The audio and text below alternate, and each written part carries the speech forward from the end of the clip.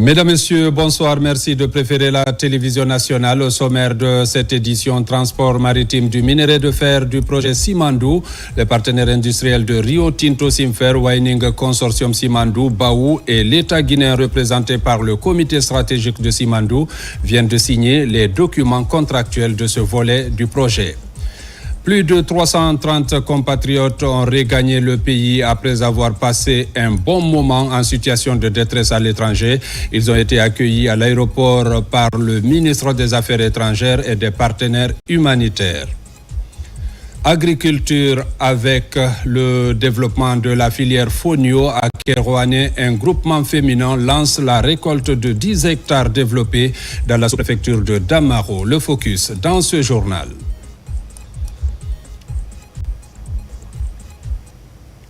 Une fois encore, bonsoir et bienvenue dans ce journal. Les partenaires industriels de Rio Tinto Simfer, Waining Consortium Simandou, Baou, ainsi que l'État guinéen, représenté par le comité stratégique de Simandou, ont procédé à la signature des pactes d'actionnaires concernant les sociétés chargées du transport maritime du minerai de fer du Simandou.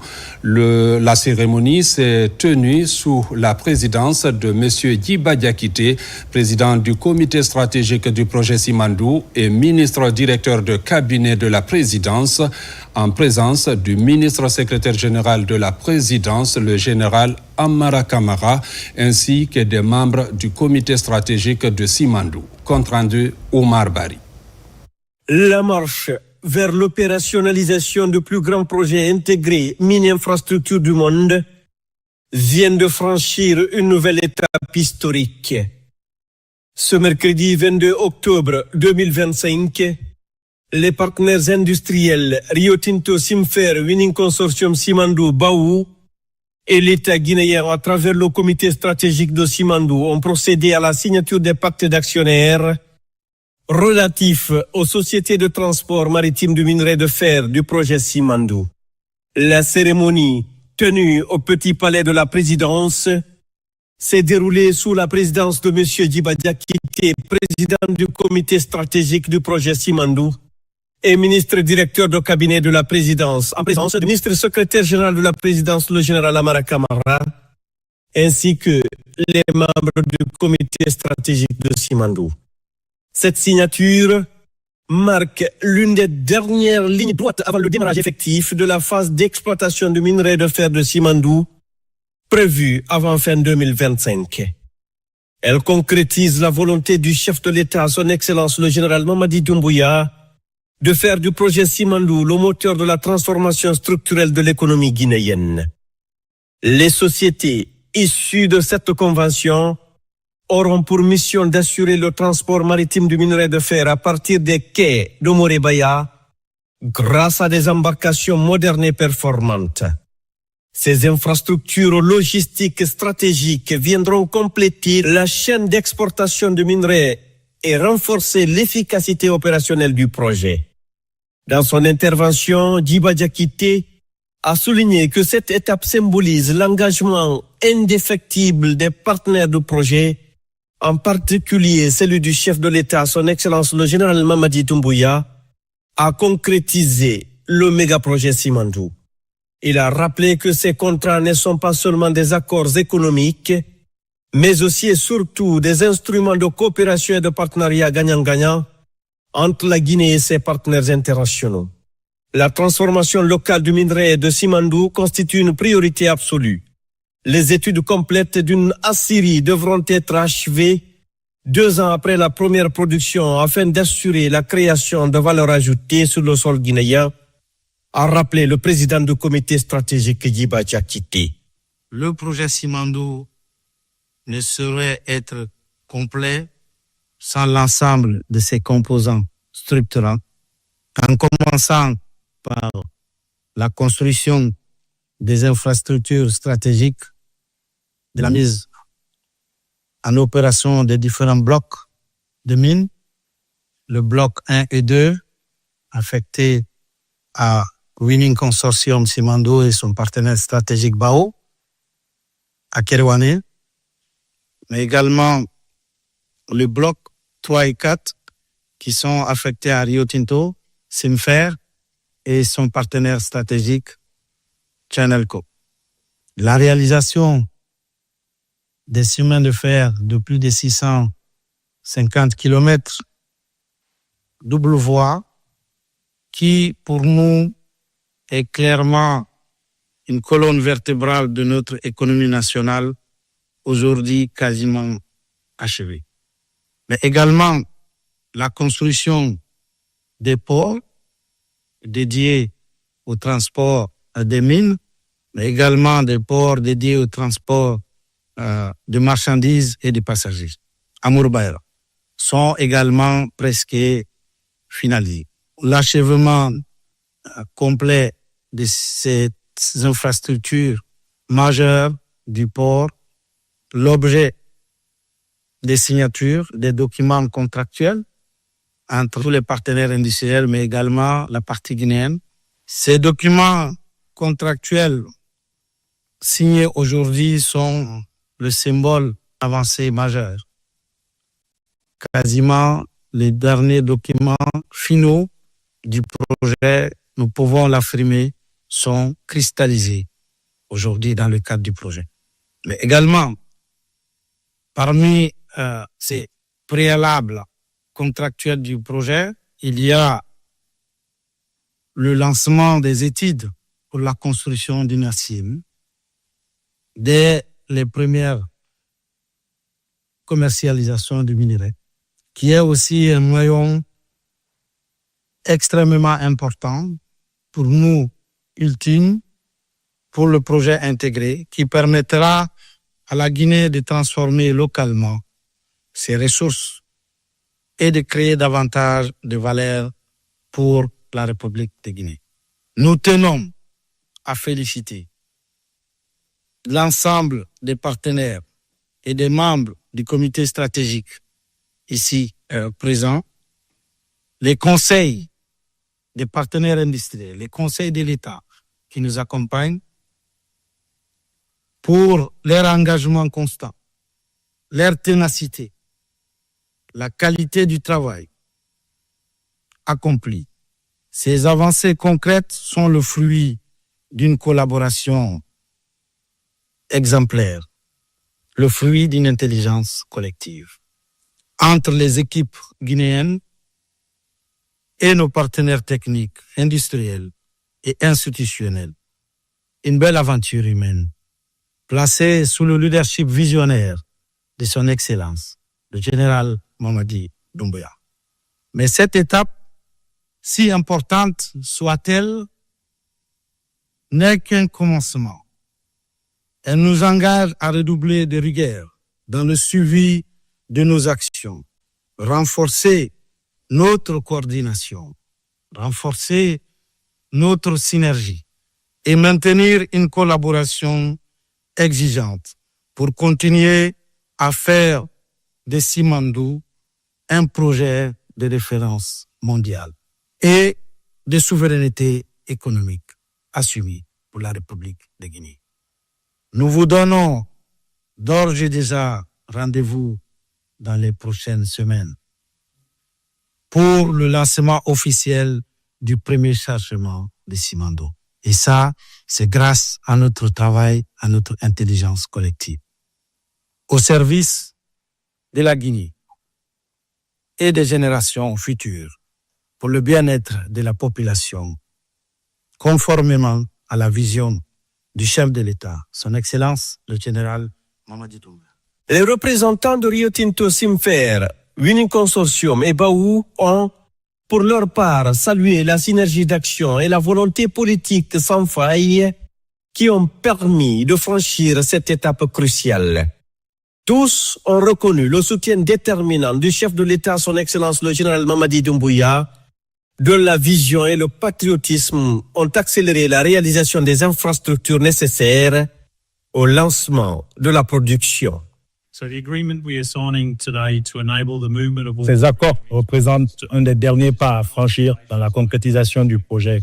Et je voudrais profiter de cette occasion pour reconnaître les travaux et les contributions de toutes les personnes qui ont travaillé pendant toutes ces années pour atteindre cet objectif. Sur le président du comité stratégique, il y a eu des sacrifices et beaucoup de travaux qui ont été menés pour atteindre ce niveau. Ça démontre l'engouement, les sacrifices et le travail, la vision du président qui a été donnée initialement pour que ce projet puisse voir le jour. Il y a quelques jours, j'étais sur le terrain au niveau de la jonction des embranchements venant de notre mine Beila et celle de notre partenaire de Kirwani et voir ces locomotives et ces wagons arriver en même temps pour se rendre au port de Moribaya était vraiment quelque chose d'émouvant pour nous.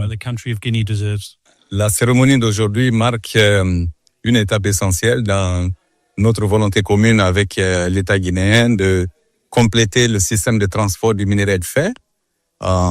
Les accords signés aujourd'hui concernent la partie maritime, le transport maritime, qui complète le système, qui nous permettra d'enlever le minerai dans la mine, de transporter sur les rails et de les amener au port et de les expédier sur le marché international. C'est un effort collectif. Nous sommes heureux que nous aboutissons cet après-midi avec le gouvernement et tout le comité stratégique de Simandou à ces accords qui permettraient de connecter le minerai de fer de la Guinée au reste du système maritime et commercial minier. Nous sommes très très contents à Rio Tinto et à Simfer de faire ce chemin avec l'ensemble de nos partenaires techniques, industriels et avec l'État guinéen, avec le soutien du comité stratégique, tous ses membres, mais en particulier avec le président du comité stratégique qui n'a ménagé aucun effort pour qu'on arrive à cette conclusion aujourd'hui. Cette cérémonie, c'est très important et pour notre société et parce que vous savez, le Bénin, on a beaucoup d'années d'expérience dans ce domaine. Donc, on est très fiers de participer à ce projet et avec notre expérience professionnelle, nous sommes très confiants de rassurer la coopération, partenariat avec l'État et la société CTG pour avoir un résultat plus efficace et parfait.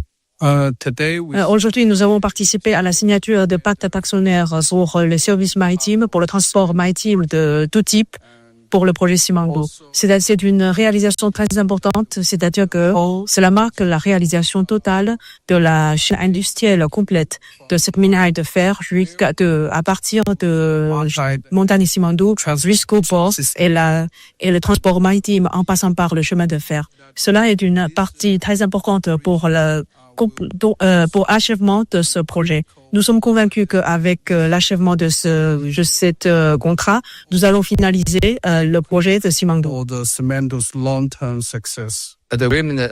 Donc, la signature des accords d'aujourd'hui marque une étape très importante dans le développement du projet Simandou, spécialement dans la construction de la chaîne industrielle et production du minerai de fer de Simandou. Dans le futur, la CDG va coopérer étroitement avec les entités de transport maritime du minerai de fer et les 2000 pour assurer un transport sans faille depuis les 4 blocs du mine jusqu'au port de Moribaya. Porté par la vision éclairée du président de la République, le méga-projet Simandou, véritable catalyseur du programme Simandou 2040, illustre la profonde transformation d'une Guinée qui diversifie son économie et accélère sa mutation structurelle. Cette dynamique traduit la volonté résolue d'une nation souveraine, maîtresse de ses ressources et déterminée à bâtir son propre destin économique. La signature de ces accords en est une illustration concrète. Se réjouissent les membres du comité stratégique de Simandou. Ces accords finaux sont signés aujourd'hui. C'est un prélude au démarrage de l'exploitation du minerai de fer et des infrastructures du projet Simandou.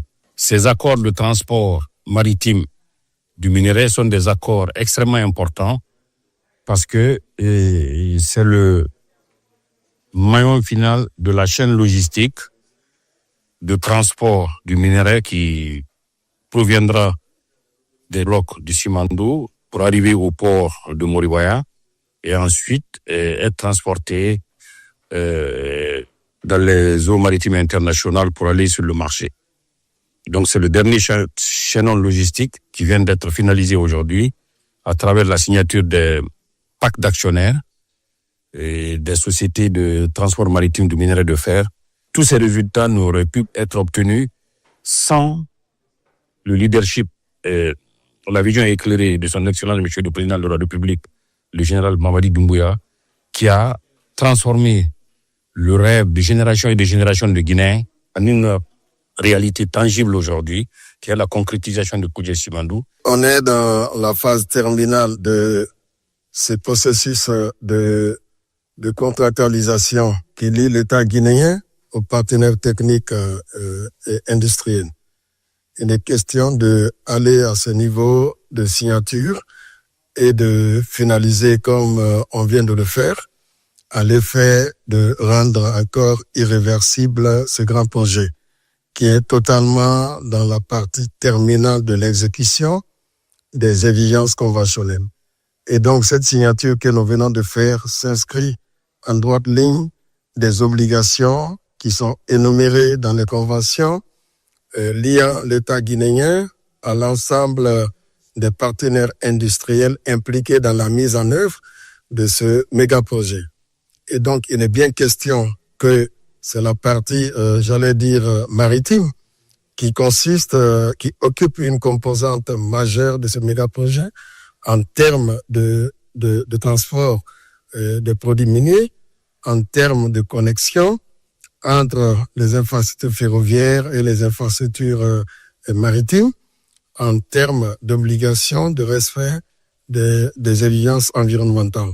C'était les derniers contrat qui restait à signer et on l'a fait aujourd'hui avec beaucoup de satisfaction. Parce qu'il est important qu'au moment où logistiquement tout est prêt, que institutionnellement tout aussi soit prêt. Et c'est ce que nous l'avons fait aujourd'hui. Tout ce qui concerne la partie transport maritime du minerai, maintenant est rentré dans un cadre légal sur lequel toutes les parties se sont mis d'accord et c'est une très bonne chose pour la Guinée. C'était encore une étape clé dans le méga projet mine infrastructure de Simandou. On va vers la phase d'opérationnalisation du projet Simandou et ça consacre le caractère intégré de ce projet. Donc avec l'exploitation minière, le transport ferroviaire, la construction du port, ainsi que donc aujourd'hui les documents contractuels qui sont signés pour le transport des minerais. À travers cette cérémonie de signature avec nos partenaires industriels, cela est un pas vers la concrétisation de ce projet tant attendu par le peuple de Guinée à travers le leadership du chef de l'État, le général Mamadi Doumbouya. Nous, de notre côté, nous allons nous rassurer de tous les engagements contractuels relatifs au contenu local en phase de construction, mais également la phase d'exploitation à venir.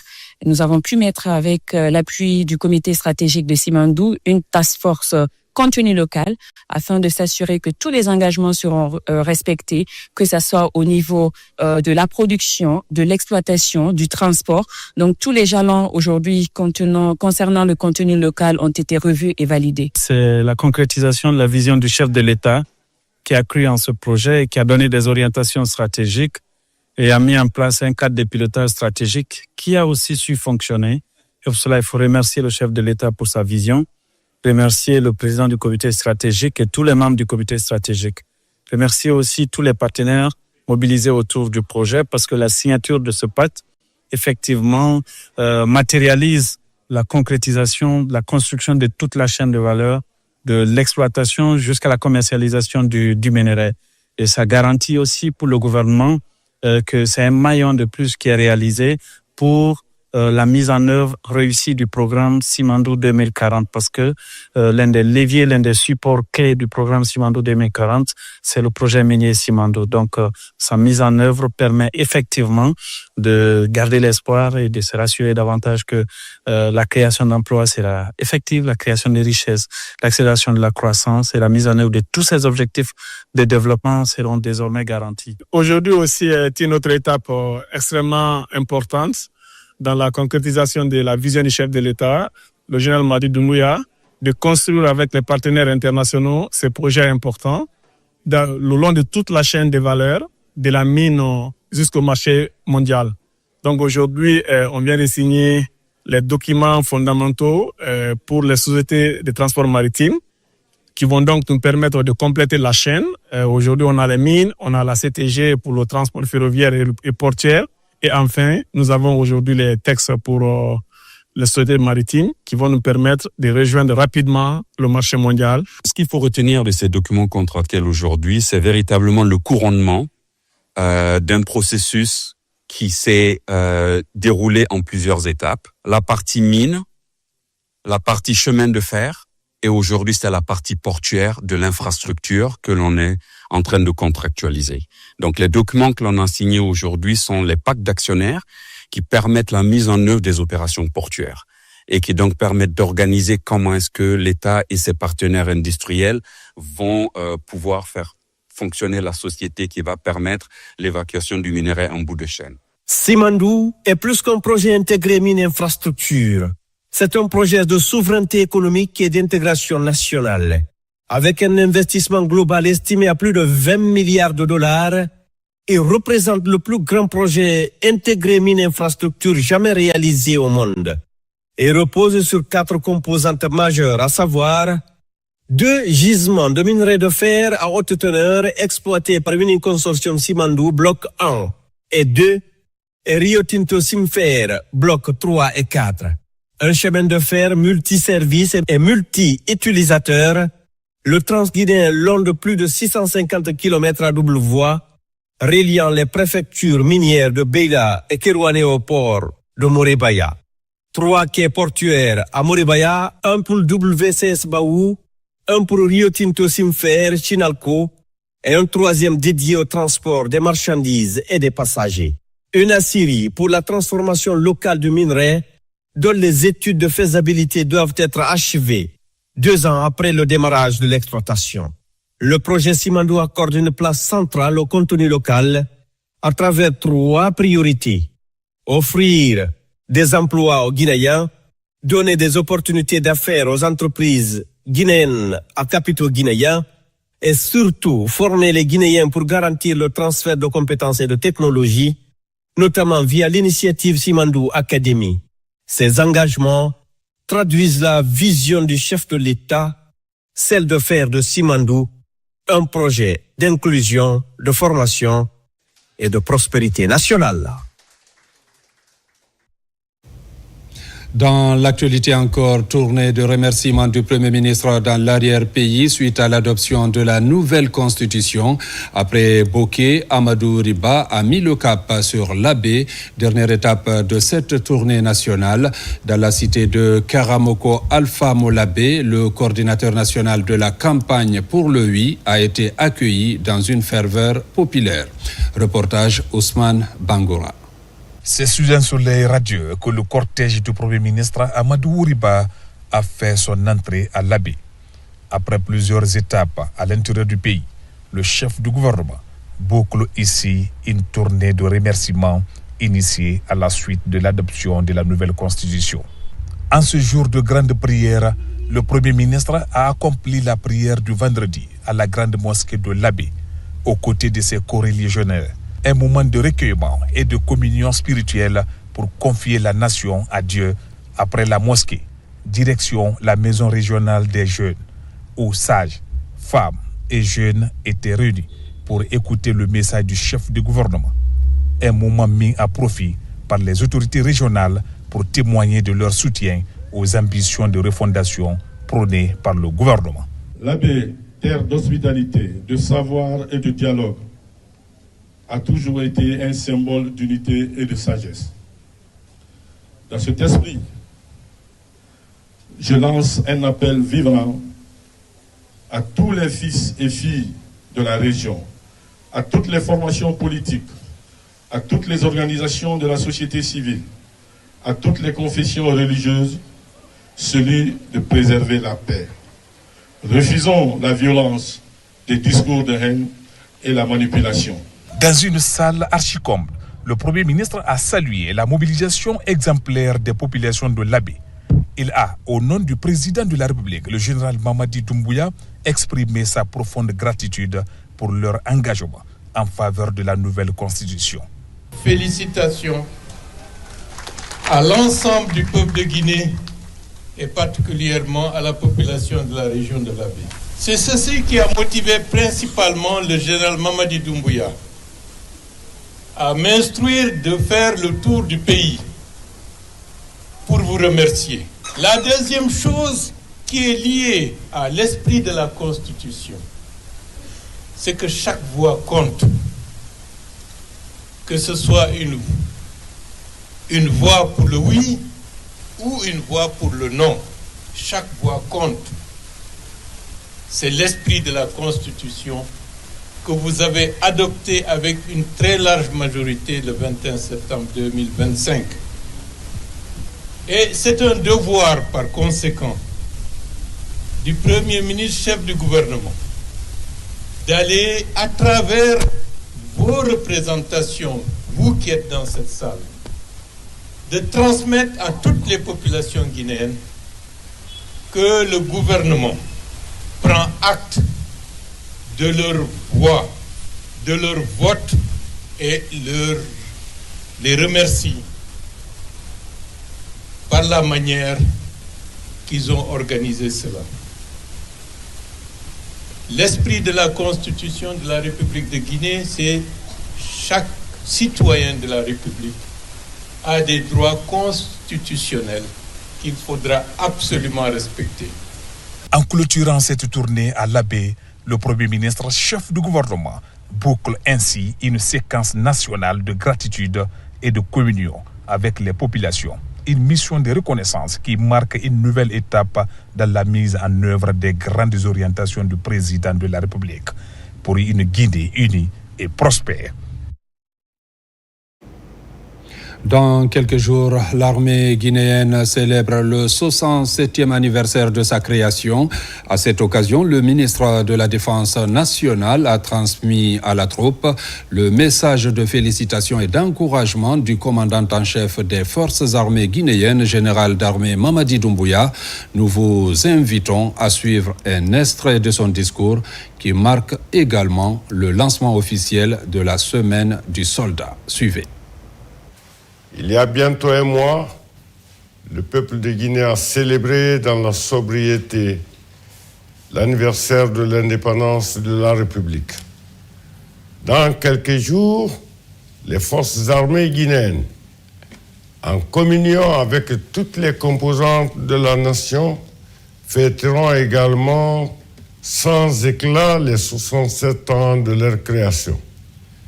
En prélude à la dite commémoration, l'honneur m'échoit, au nom de son Excellence, Monsieur le Président de la République, commandant en chef des forces armées, le général Mamadi Doumbouya, de procéder au lancement officiel de cette semaine qui précède la fête appelée Semaine du Soldat.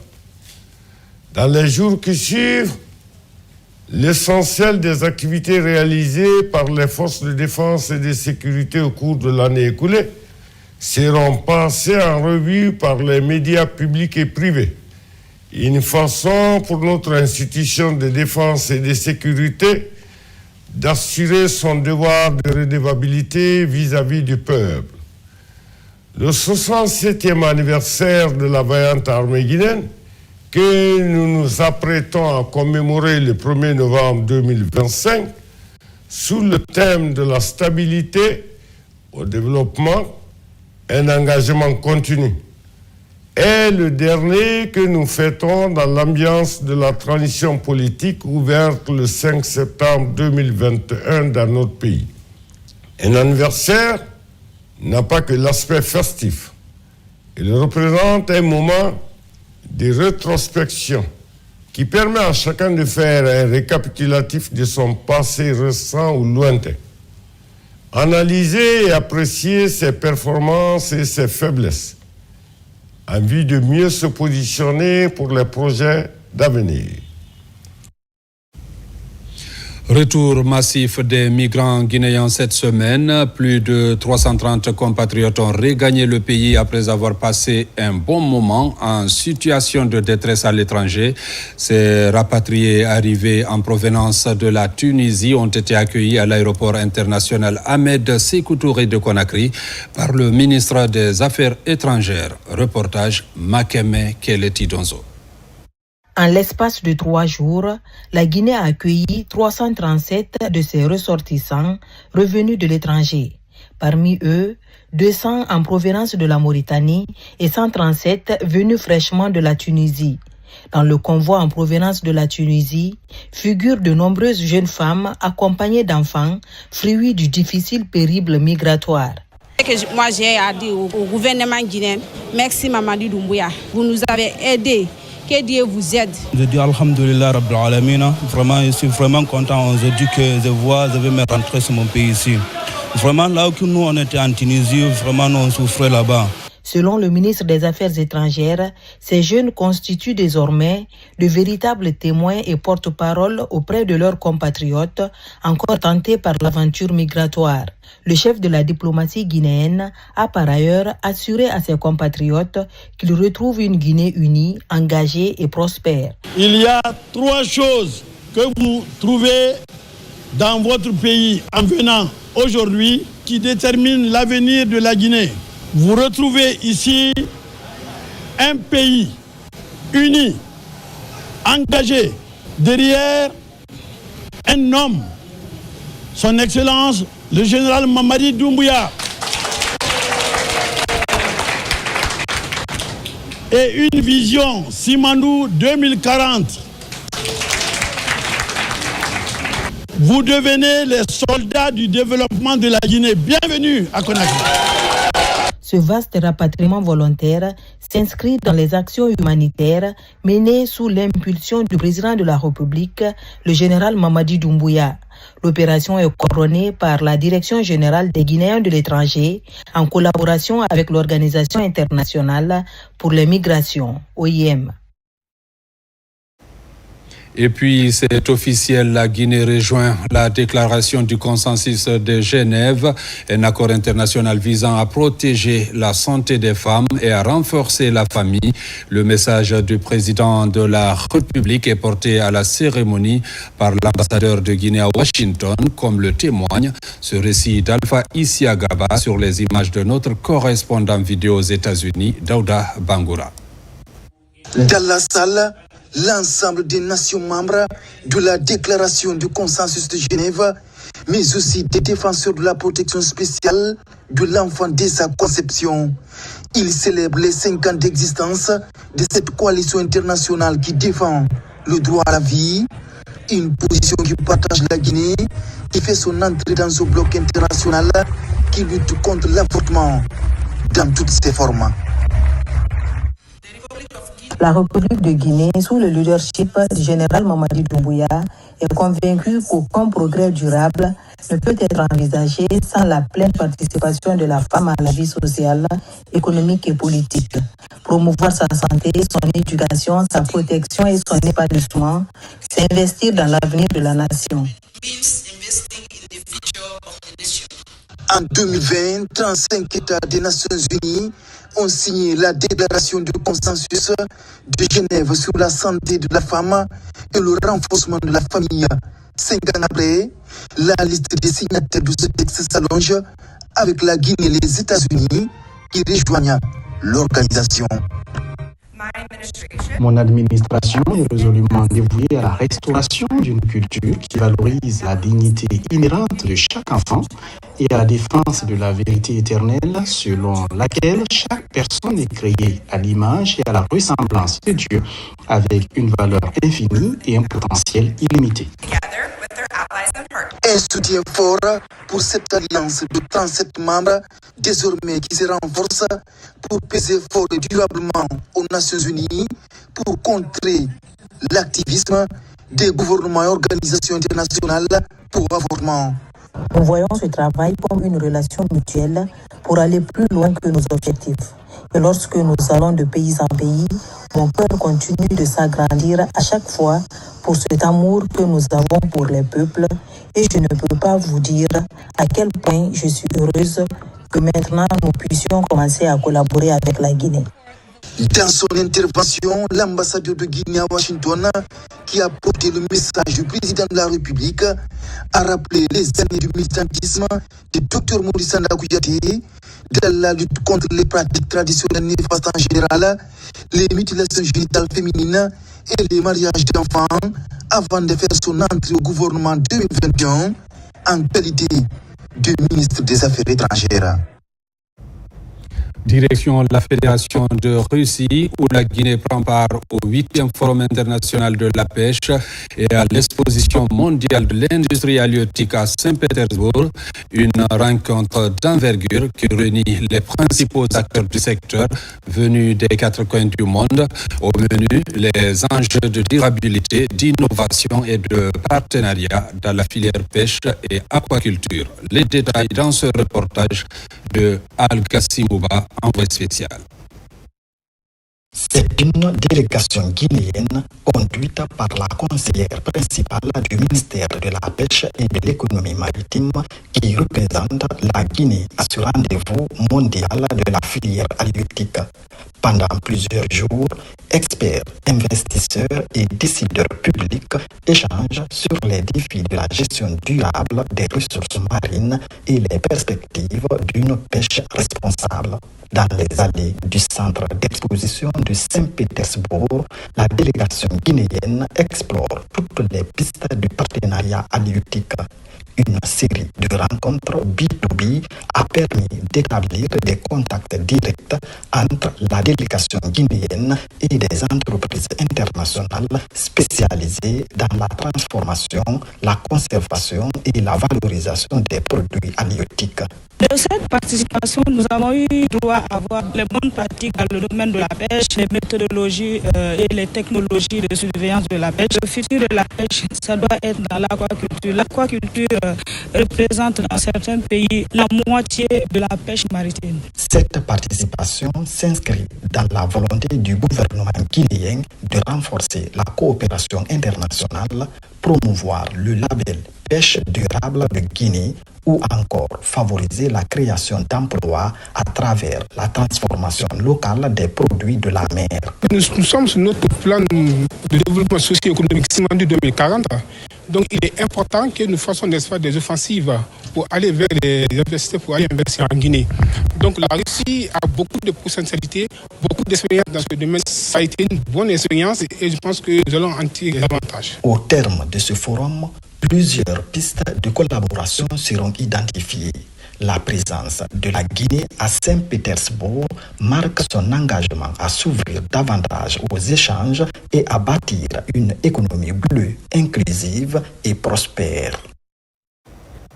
Lutte contre les maladies silencieuses, la détection précoce semble l'arme la plus efficace. Au ministère du Travail et de la Fonction publique, la question est au centre des préoccupations.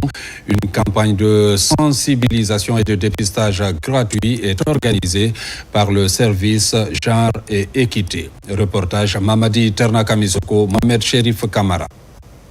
Le ministère du Travail et de la Fonction publique, à travers le service Genre et Équité, renforce son dispositif de prévention contre le cancer du sein et le col de l'utérus. Il lance ainsi cette campagne de sensibilisation et de dépistage à l'intention des femmes du département. Le cancer du sein et le cancer du col de l'utérus représentent aujourd'hui les principales causes de mortalité par cancer chez les femmes en Guinée.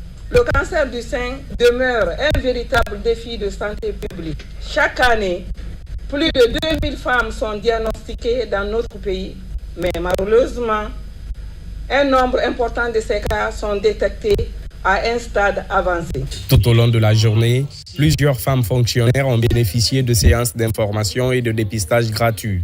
L'objectif étant de promouvoir la prévention et inciter les femmes à adopter les bons réflexes pour préserver leur santé. On prend les dispositions pour mieux se prévenir, pour mieux prévenir. Prendre des dispositions, c'est aussi faire le dépistage. C'est en cela que je trouve cette activité très importante. Il faudrait que nous puissions faire de l'activité de dépistage une activité régulière, une activité constante, une activité qui ne se limite pas au mois d'octobre. Il faut qu'elle ait lieu durant tout le long de l'année.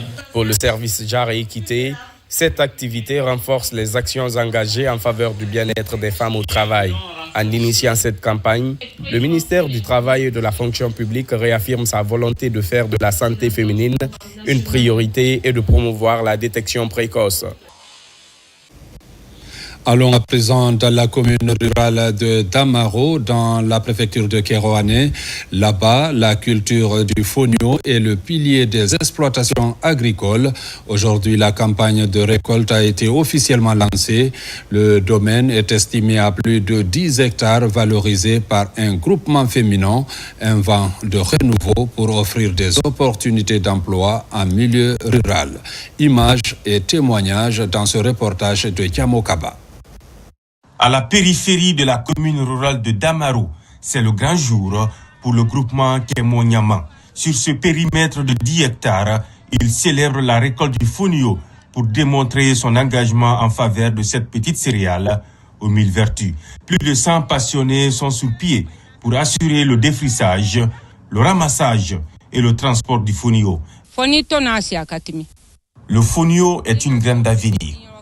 Depuis des années, notre groupement fait ses preuves dans ce bassin de production.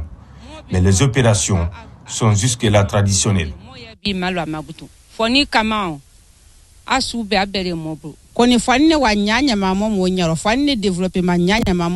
Le développement de la culture du fonio est notre souhait. Pour atteindre cet objectif, nous comptons vraiment sur l'apport du gouvernement. Kémo-Niama bénéficie du soutien moral des autorités locales, mobilisées pour afficher les grandes attentes du programme Simandou 2040. Avec des idées claires, les propositions comptent favoriser la compétitivité et la durabilité de la culture du fonio. Un groupement aujourd'hui de référence ici à Simandou qui, depuis à l'aube, depuis le 21 septembre, a pris toute sa responsabilité. Bien que ce groupement-là existait bien avant, mais avec l'explication, l'idée de développement, donc la projection des idées du général président Mamadi Doumbouya, qui a réveillé encore la conscience de ce groupement. Cet investissement privé des paysannes passionnées interpelle la politique agricole du pays pour accroître la production nationale. Chaque année, les intentions de culture sont revenues à la hausse pour répondre aux multiples enjeux de la souveraineté alimentaire. Transparence et inclusion dans l'organisation de l'élection présidentielle du 28 décembre prochain.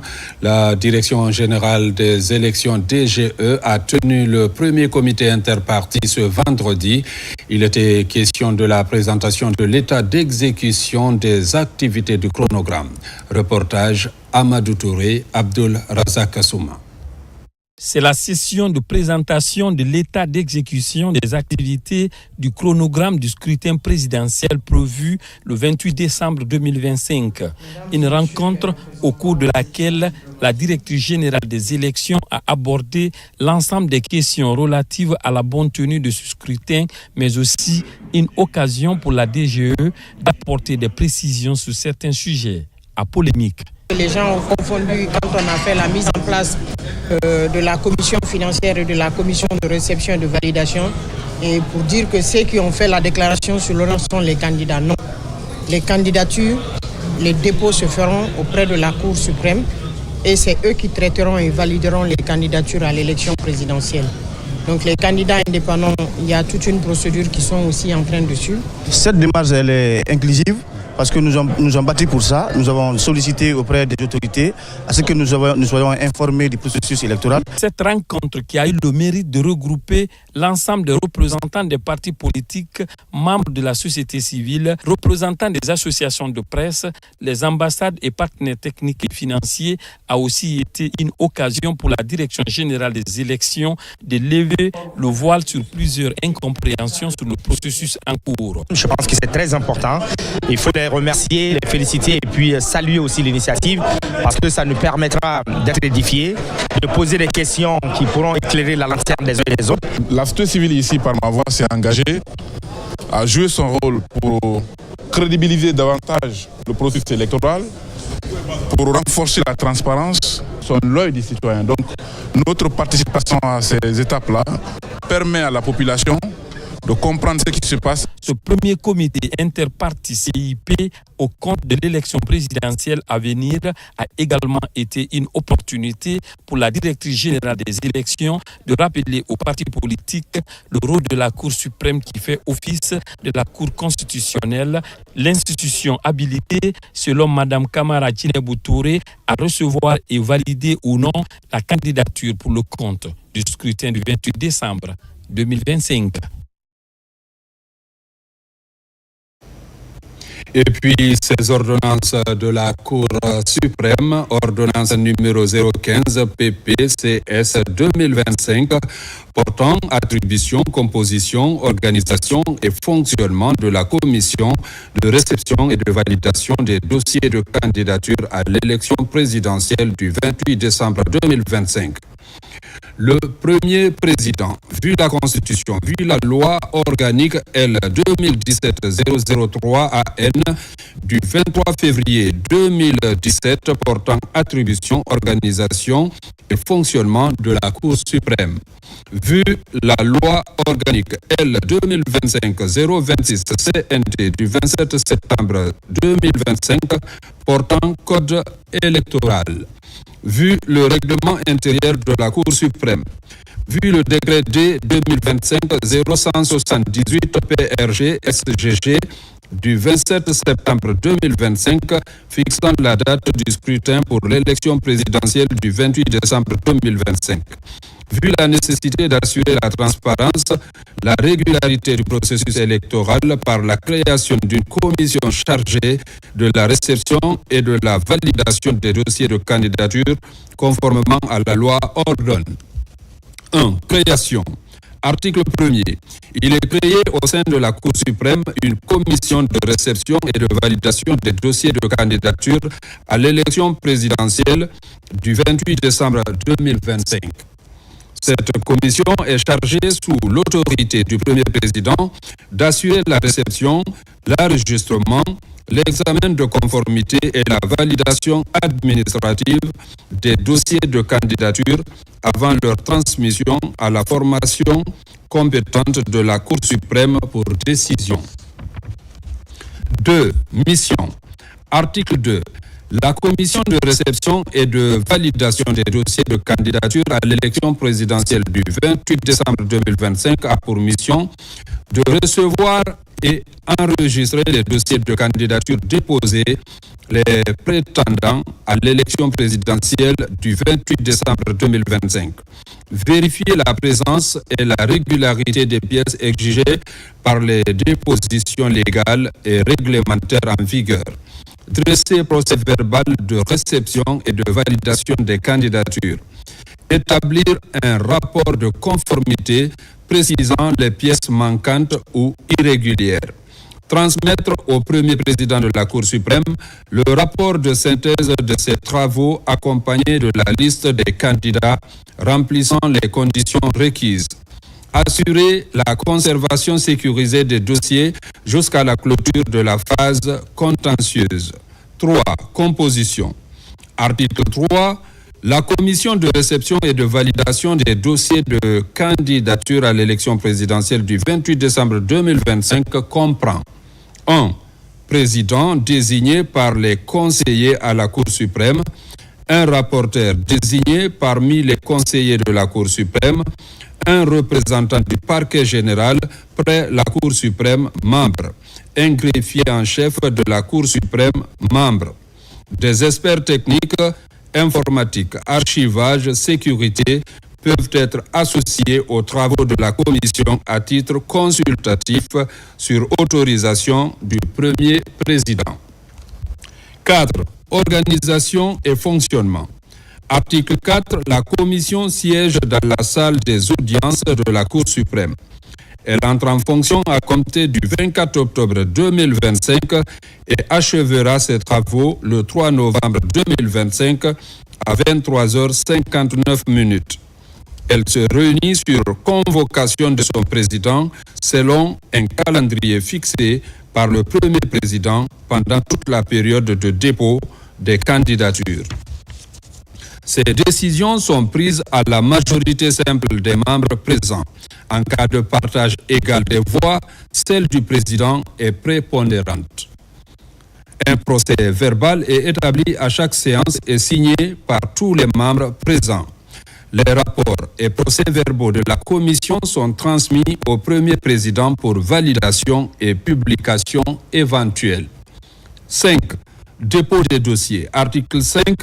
Les dossiers de candidature sont reçus au greffe de la Cour suprême sous le contrôle de la commission contre récépissé à la date limite du 3 novembre 2025 de 9h à 17h sauf jour férié. Aucun dossier ne peut être reçu après l'expiration du délai légal. 6. Sécurité et confidentialité. Article 6. Les membres de la commission sont tenus à la confidentialité sur les informations et documents portés à leur connaissance. Le premier président prend toutes mesures nécessaires pour garantir la sécurité matérielle et juridique des dossiers. 7. Prise en charge financière. Article 7. Les frais de fonctionnement de la commission ainsi que les indemnités de cession de ses membres sont à la charge du budget de la Cour suprême. 8. Disposition finale. Article 8. Le secrétaire général, le chef du greffe et le chef de la division des affaires financières de la Cour suprême sont chargés, chacun en ce qui le concerne, de l'application de la présente ordonnance. Article 9. La présente ordonnance prend effet à compter de sa signature. Elle sera enregistrée et communiquée partout où besoin sera. Conakry, le 24 octobre 2025, signé Fodé Bangoura. Ordonnance numéro 016 PPCS 2025 portant nomination des membres de la commission de réception et de validation des dossiers de candidature à l'élection présidentielle du 28 décembre 2025.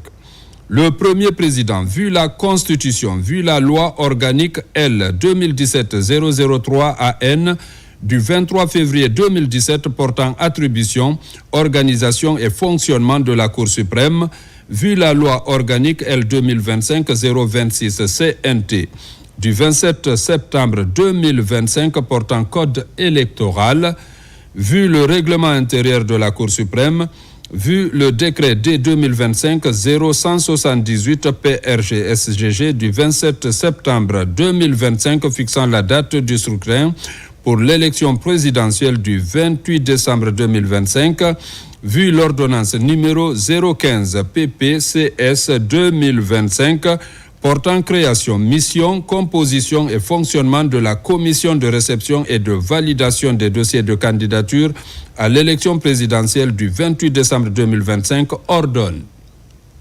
Article 1er.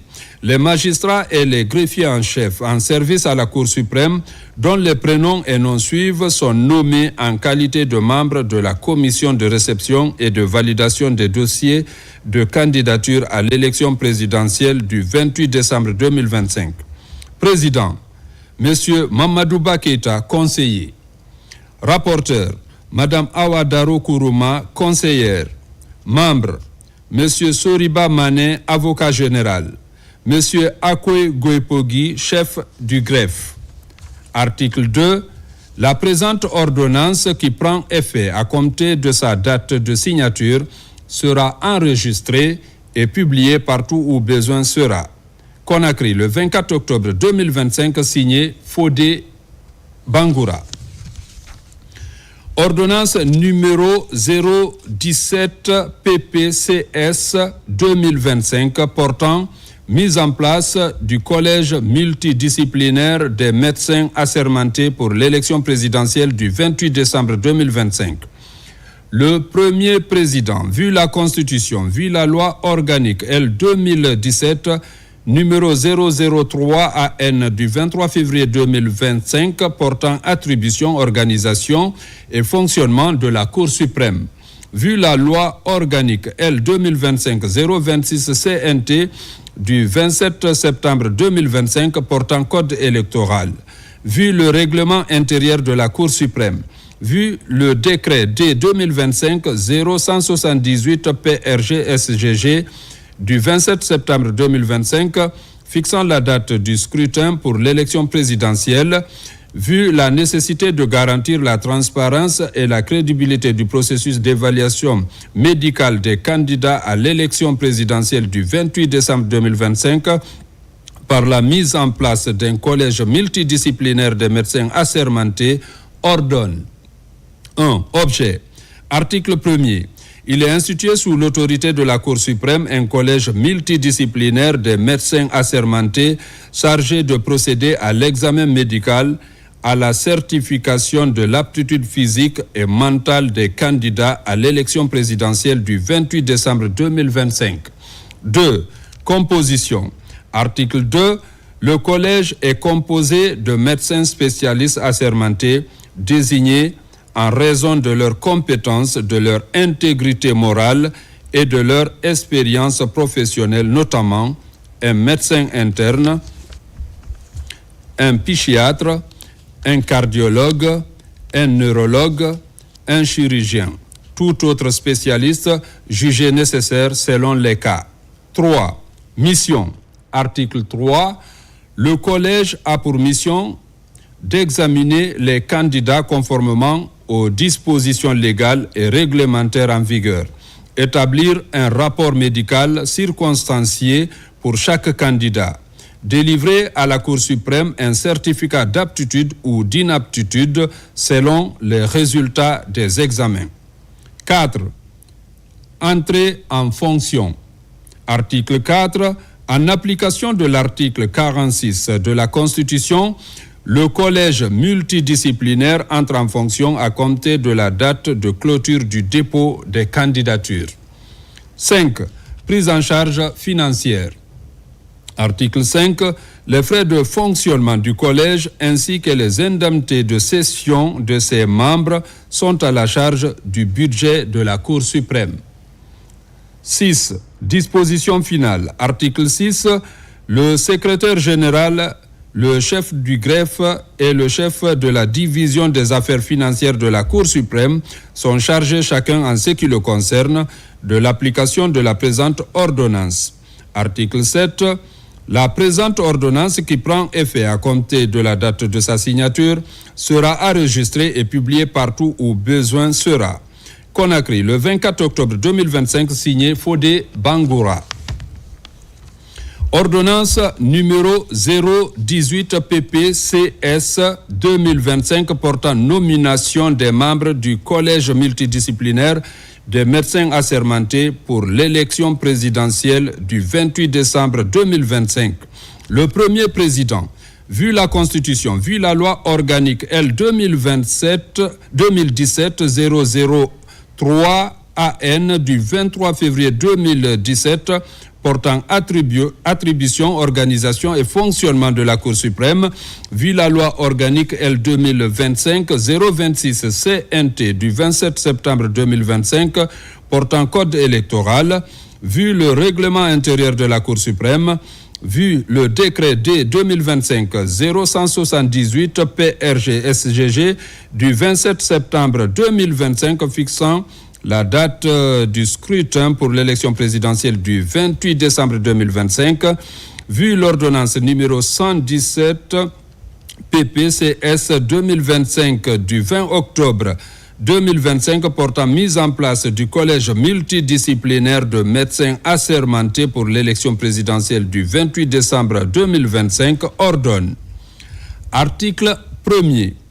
Les médecins spécialistes dont les prénoms et noms suivent sont nommés en qualité de membres du collège multidisciplinaire des médecins assermentés pour l'élection présidentielle du 28 décembre 2025.